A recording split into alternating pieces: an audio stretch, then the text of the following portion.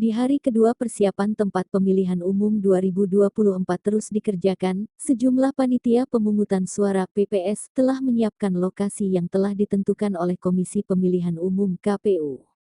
Seperti TPSOO 1 di kawasan Komplek Perumahan Kenten Sejahtera, Poligon, Talang Kelapa Banyuasin yang digabung 2 RT yakni RT 9 dan RT 10 dengan jumlah 290 daftar pemilih tetap DPT.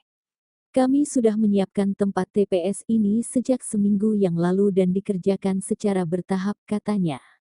Pesta demokrasi ini memilih presiden dan wakil presiden, anggota DPR, DPD, DPRD Provinsi dan DPRD Kabupaten Kota. Akan dilaksanakan pada Rabu, tanggal 14 Februari tahun 2024. Untuk mencoblos, pemilih yang memiliki hak pilih harus datang ke tempat pemungutan suara (TPS) yang sudah ditentukan berdasarkan daftar pemilih tetap DPT. Bisa Sriwi Media Swijaya.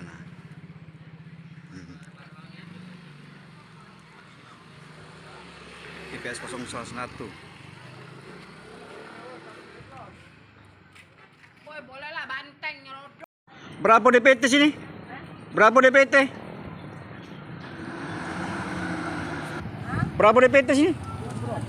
Nah, ini 290 DPT yang tersebar di 2 RT di Kelurahan Talang dapat komplek Kenten Poligon Banyuasin.